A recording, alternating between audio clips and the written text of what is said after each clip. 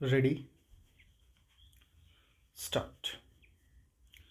It is a pleasure for me to be here for the seventh convocation of the Indian Institute of Technology, Hyderabad. This occasion is a double celebration as it coincides with the 10th anniversary of the opening of the institute. Let me begin by congratulating the IIT Hyderabad community for these landmarks for the graduating students. Today is a special moment. It is the result of years of hard work and dedication on your part and on the part of your teachers and professors as well as your families. The energy and enthusiasm of youth combined with a solid foundation is a very effective combination. It can take an individual very far. As fresh IIT graduates, you are entering a world and an India packed with opportunities. There is so much you can do and so much you can achieve for yourselves, for your families, for society at large, particularly for those less fortunate than you. Please dream big and aim high, and please take risks. The time to do it is now. Like individuals, institutions are very dependent on decisions taken in their formative years.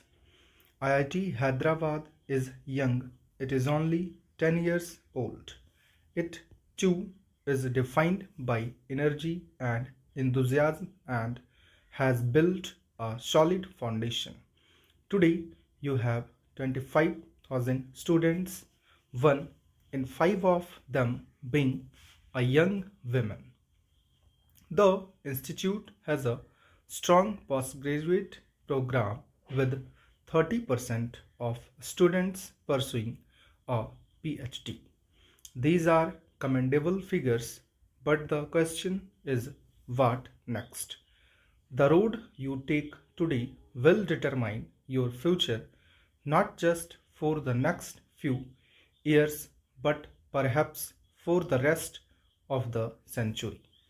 That may sound like an overstatement, but do consider some of the world's major universities or even the older IITs, your peer institutes, their achievements over several decades have been shaped by the trajectory they took in their earliest days.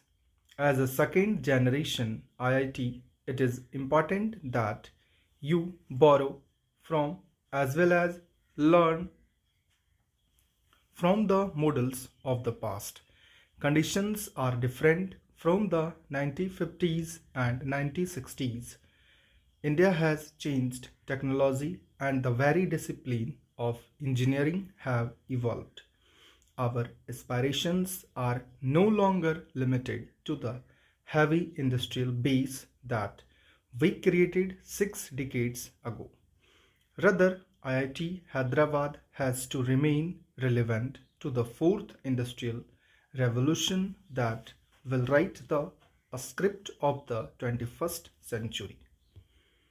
The new centers include the Center for Cyber Physical Systems and Internet to Things and the fabulous Chip Design Incubator and other initiatives that fall under the umbrella of the TIC Foundation. Collaborative research is being carried out in areas of widespread utility such as 5G technology, affordable housing, and information networks for natural disaster mitigation and recovery. MOUs with leading international universities and R&D agreements with Japanese industrial corporations are also worthy of appreciation. Ladies and gentlemen, members of the faculty and dear students, the best scientific universities and institutions of learning are not just teaching shops or degree factories. Increasingly, they are sources of innovation and incubators of technology and technology driven startups. The knowledge ecosystem of public investments in science, academic institutions, and universities, research laboratories, commercial applications, and private enterprise has an almost magical potential. Its best example is, of course, Silicon Valley in the United States. At the core of Silicon Valley are basic science and technology campuses and their talented faculty and students. This IIT has been set up in a city and in a metropolitan area where several elements for such an ecosystem already exist. IIT Hyderabad, in a sense, is the element that completes the picture. Hyderabad has a long tradition of scientific discovery and application. In the 19th century, Ronald Ross, who won the Nobel Prize for Medicine for identifying the mosquito that transmitted malaria, did pioneering work here. After independence, Hyderabad became a location of industrial manufacture. It saw vigorous and far-sighted investments by the public sector and then the private sector. Gradually, the city's reputation grew as a research center.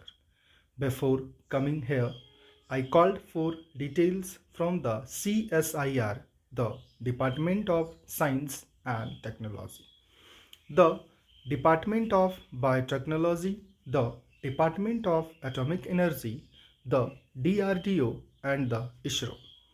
Between these institutions, I am told there are as many as 19 research facilities and laboratories in Hyderabad.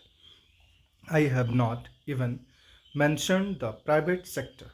Hyderabad based companies are engaged in cutting edge research and manufacture of biopharmaceuticals and vaccines, and separately in the field of information technology. The true measure of IIT Hyderabad cannot be restricted to grade point averages, campus placements, and number of published papers. No doubt all of those are important, but please don't limit your ambitions. Please break out of silos and please encourage others to break out of silos. India will judge your success by the vitality and the output you can ensure for not just yourself but for the entire Hyderabad knowledge ecosystem. Stop.